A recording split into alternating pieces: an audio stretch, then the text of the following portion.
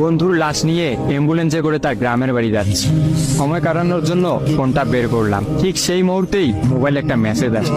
আমার সামনেই আমার প্রিয় বন্ধুটি কফিনের মধ্যে লাশ হয়ে পড়ে আছে। মেসেজ করেছে আমার সেই মৃত ফ্রেন্ডের গার্লফ্রেন্ড অবন্তী। আমি মেসেজগুলো পড়া শুরু করলাম। ফাহাদ, আমাকে মাফ করে দিও। আমি যেই বাবার চোখের দিকে তাকিয়ে কখনো কথা বলতে পারিনি, সেই বাবা যখন অসহায়ের মতো আমার সামনে দুই হাত জোড়ে কান্না শুরু করতে লাগলো, তখন সেই বাবার ভালোবাসার কাছে আমাদের ভালোবাসা হার মেনে গেল। তাই আজ 11 দিন ধরে আমি অন্য মানুষের স্ত্রী।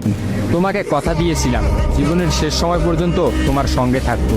আমার সব সময় ভয় হতো যে তুমি আমাকে কষ্ট দেবে, হয়তো আমাকে ছেড়ে অন্য কাউকে বিয়ে করবে। অথচ দেখো, আমি তোমাকে কষ্ট দিলাম, আমি তোমাকে রেখে অন্য পুরুষকে বিয়ে করে ফেললাম। জীবনটা বড়ই অদ্ভুত, তাই না?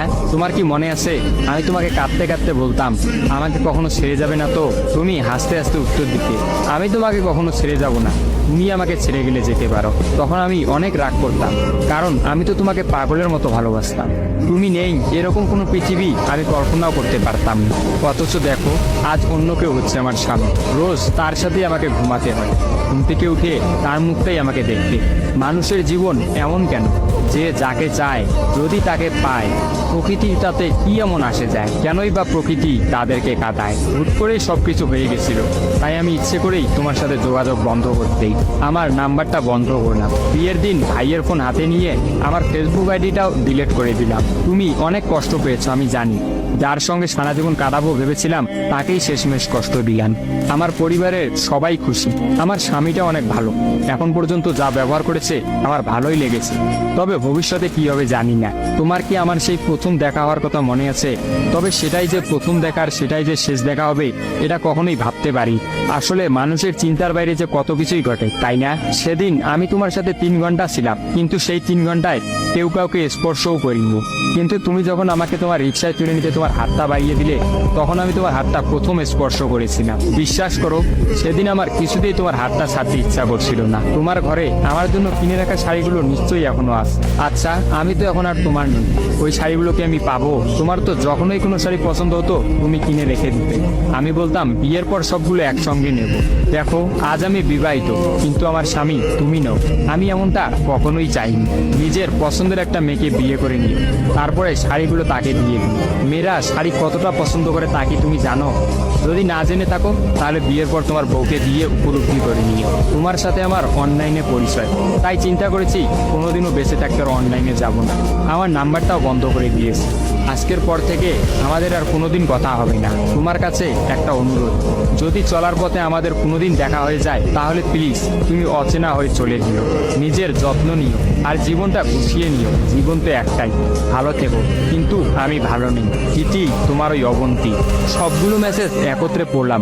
আমার সামনে চিরনিদ্রায় শুয়ে আছে ফাহাদ। অবন্তী পরপর 5 দিন অনলাইনে আসেনি এবং ফাহাদের সাথে কোনো যোগাযোগ করেনি। তখন এক রাতে অফিস থেকে ফিরে ফাহাদ রাগ করে তার ফোনটা আসার দিয়ে কিনে ফেলে। ভাঙা মোবাইল আর ঠিক করা হলো না। ফাহাদ তার সিমটা আমার ফোনে ইনস্টল করে। জরুরি কোনো কল এলেই একমাত্র ফাহাদকে দিতাম। আর ফাহাদ রাগ করে বলল, যতদিন না পর্যন্ত অবন্তী আমাকে SMS করে ততদিন পর্যন্ত আমি আর নতুন ফোন কিনবো না। মোবাইল ভাঙার 2 দিন পরেই ফাহাদের প্রচন্ড জ্বর আসে। একদিনের মধ্যেই ফাহাদকে হাসপাতালের মধ্যে ভর্তি করলাম। ডাক্তার পরীক্ষা নিরীক্ষা করে বলল ফাহাদের ডেঙ্গু জ্বর হয়েছে। তবে চিন্তার কোনো কারণ নেই, ডাক্তারের কথা বিশ্বাস করেছিলাম। কিন্তু ডাক্তার তো সবকিছুর খবর জানেন না, যিনি জানেন তিনি হচ্ছেন সৃষ্টিকর্তা। ফাহাদের তো এই জ্বরকেই মৃত্যুর একটা ওসিলা বানিয়েছিলেন। যেই ডাক্তার বলেছিল চিন্তার কোনো কারণ নেই, আজ সকালে সেই ডাক্তারই ফাহাদকে মৃত ঘোষণা করলো। ফাহাদের আর জানা হলো না অবন্তীর কথা। আমিও অনেক ভেবে সিদ্ধান্ত নিলাম অবন্তীকে আর ফাহাদের মৃত্যুর খবরটা জানাবো না। অবন্তী যদি আর সত্যি অনলাইনে না আসে আর সেই পুরোনো সিমটা ইউজ না করে, তাহলে সে ফাহাদের মৃত্যুর খবর কখনোই জানতে পারবে না। কি বা লাভ এই সত্য সংসার জীবন শুরু করা মেয়েটাকে কষ্ট দিয়ে? অথচ আমি ভাবলাম সে হয়তো ভাববে ফাহাদ অনেক ভালো আছে। কোনো একদিন শাড়ি পরতে গিয়ে হয়তো অবন্তী ফাহাদের কথা চিন্তা করবে।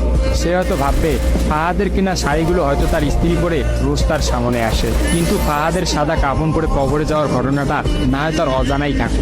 আমি ফাহাদের নাম্বার থেকে অবন্তীর ফোনে একটা মেসেজ দিলাম, আমার জন্য ভেবো না, স্বামীর সাথে নিজেকে মানিয়ে নেওয়ার চেষ্টা করো। বিবাহ বন্ধন জীবনের সবচেয়ে বড় একটা বন্ধন, ভালো থেকো আর স্বামীকে ভালোবেসো। অবন্তী রিপ্লাই দিল, এত সহজে ক্ষমা করে দেওয়ার জন্য অনেক ধন্যবাদ, আর মেসেজ দিও না, বিদায়, চির বিদায়। আমিও মোবাইলটা পকেটে রাখলাম।